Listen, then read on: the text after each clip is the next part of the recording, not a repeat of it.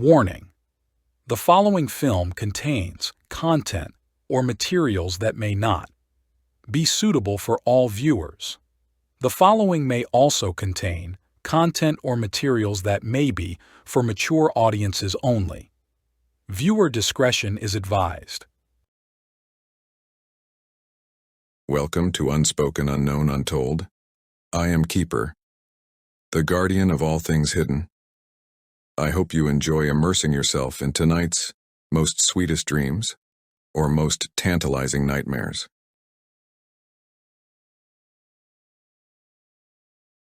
The Golden Bird by the Brothers Grimm.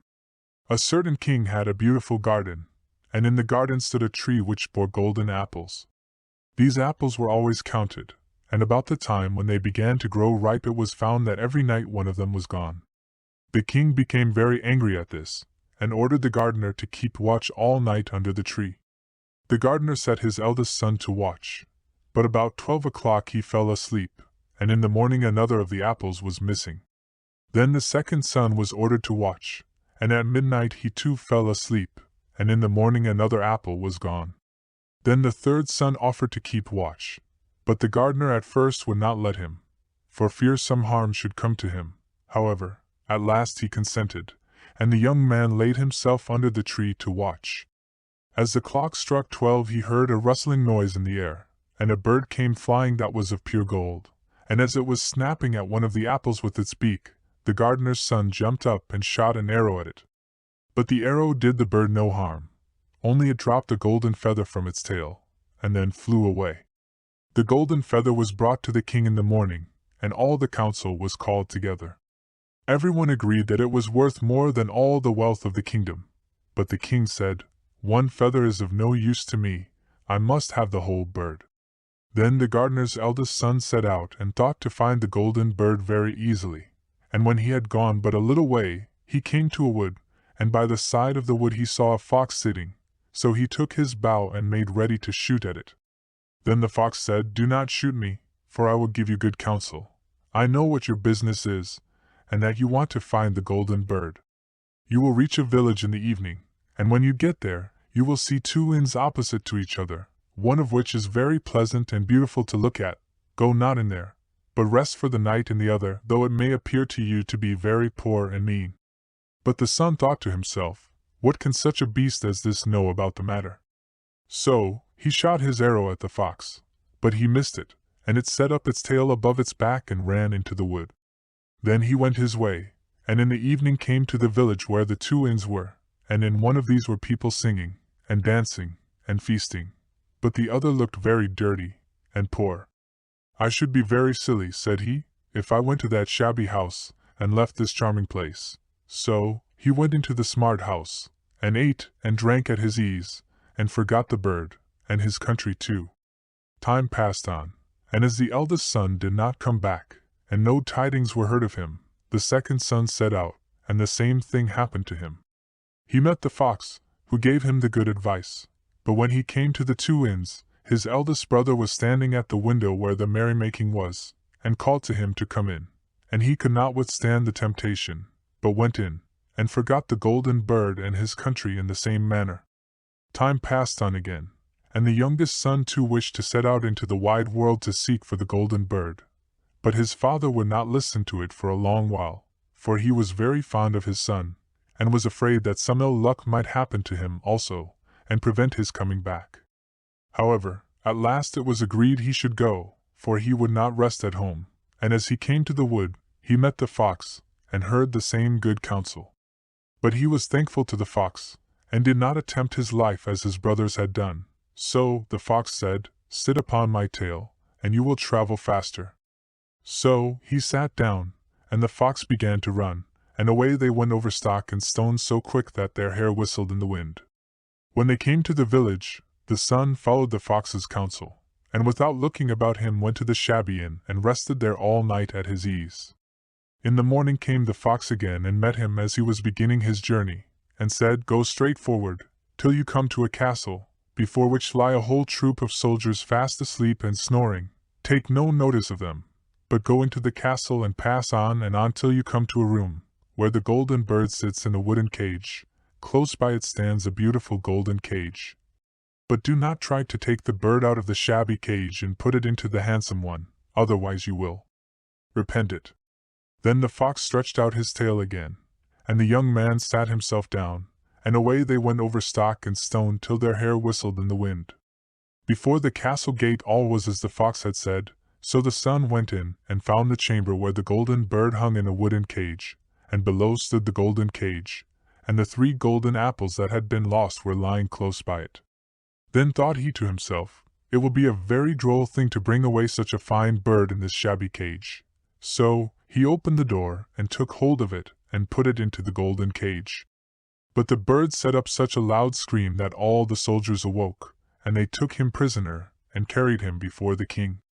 The next morning the court sat to judge him, and when all was heard, it sentenced him to die, unless he should bring the king the golden horse which could run as swiftly as the wind, and if he did this, he was to have the golden bird given to him for his own.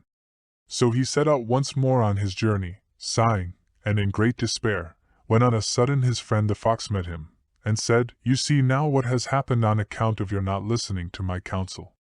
I will still, however, tell you how to find the golden horse, if you will do as I bid you. You must go straight on till you come to the castle where the horse stands in his stall. By his side will lie the groom fast asleep and snoring. Take away the horse quietly, but be sure to put the old leathern saddle upon him, and not the golden one that is close by it." Then the son sat down on the fox's tail, and away they went over stock and stone till their hair whistled in the wind. All went right, and the groom lay snoring with his hand upon the golden saddle. But when the son looked at the horse, he thought it a great pity to put the leathern saddle upon it. "I will give him the good one," said he. "I am sure he deserves it." As he took up the golden saddle the groom awoke and cried out so loud, that all the guards ran in and took him prisoner, and in the morning, he was again brought before the court to be judged, and was sentenced to die. But it was agreed that if he could bring thither the beautiful princess, he should live, and have the bird and the horse given him for his own. Then he went his way very sorrowful. But the old fox came and said, "Why did not you listen to me? If you had, you would have carried away both the bird and the horse. Yet will I once more give you counsel. Go straight on, and in the evening you will arrive at a castle. At 12 o'clock at night the princess goes to the bathing house. Go up to her and give her a kiss, and she will let you lead her away. But take care you do not suffer her to go, and take leave of her father and mother." Then the fox stretched out his tail, and so away they went over stock and stone till their hair whistled again. As they came to the castle, all was as the fox had said, and at 12 o'clock the young man met the princess going to the bath and gave her the kiss, and she agreed to run away with him, but begged with many tears that he would let her take leave of her father. At first he refused, but she wept still more and more, and fell at his feet, till at last he consented. But the moment she came to her father's house the guards awoke and he was taken prisoner again. Then he was brought before the king, and the king said, "You shall never have my daughter unless in 8 days you dig away the hill that stops the view from my window." Now this hill was so big that the whole world could not take it away, and when he had worked for 7 days, and had done very little, the fox came and said, "Lie down and go to sleep, I will work for you." And in the morning he awoke and the hill was gone, so he went merrily to the king, and told him that now that it was removed he must give him the princess. Then the king was obliged to keep his word, and away went the young man and the princess. And the fox came and said to him, "We will have all 3, the princess, the horse, and the bird." "Ah," said the young man, "that would be a great thing, but how can you contrive it?" "If you will only listen," said the fox, "it can be done. When you come to the king, and he asks for the beautiful princess, you must say, 'Here she is.' Then he will be very joyful, and you will mount the golden horse that they are to give you, and put out your hand to take leave of them, but shake hands with the princess last. Then lift her quickly onto the horse behind you, clap your spurs to his side, and gallop away as fast as you can." All went right. Then the fox said, "When you come to the castle where the bird is, I will stay with the princess at the door, and you will ride in and speak to the king, and when he sees that it is the right horse he will bring out the bird. But you must sit still, and say that you want to look at it, to see whether it is the true golden bird, and when you get it into your hand, ride away." This, too, happened as the fox said. They carried off the bird, the princess mounted again, and they rode on to a great wood. Then the fox came, and said, "Pray kill me, and cut off my head and my feet." But the young man refused to do it, so the fox said, "I will at any rate give you good counsel. Beware of two things: ransom no one from the gallows, and sit down by the side of no river." Then away he went. Well, thought the young man, it is no hard matter to keep that advice. He rode on with the princess, till at last he came to the village where he had left his two brothers.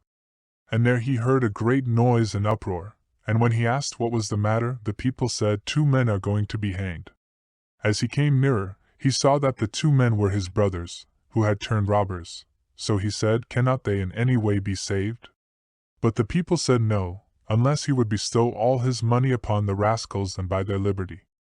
Then he did not stay to think about the matter, but paid what was asked, and his brothers were given up, and went on with him towards their home. And as they came to the wood where the fox first met them, it was so cool and pleasant that the 2 brothers said, "Let us sit down by the side of the river, and rest a while, to eat and drink." So he said yes, and forgot the fox's counsel, and sat down on the side of the river, and while he suspected nothing, they came behind, and threw him down the bank, and took the princess, the horse, and the bird, and went home to the king their master, and said, "All this have we won by our labor." Then there was great rejoicing made, but the horse would not eat, the bird would not sing, and the princess wept. The youngest son fell to the bottom of the river's bed. Luckily it was nearly dry, but his bones were almost broken, and the bank was so steep that he could find no way to get out. Then the old fox came once more, and scolded him for not following his advice. Otherwise, no evil would have befallen him. "Yet," said he, "I cannot leave you here, so lay hold of my tail and hold fast." Then he pulled him out of the river, and said to him, as he got upon the bank, "Your brothers have set watch to kill you, if they find you in the kingdom." So he dressed himself as a poor man, and came secretly to the king's court, and was scarcely within the doors when the horse began to eat, and the bird to sing, and princess left off weeping. Then he went to the king, and told him all his brothers' roguery, and they were seized and punished, and he had the princess given to him again, and after the king's death he was heir to his kingdom. A long while after, he went to walk one day in the wood, and the old fox met him, and besought him with tears in his eyes to kill him, and cut off his head and feet. And at last he did so, and in a moment the fox was changed into a man, and turned out to be the brother of the princess, who had been lost a great many years.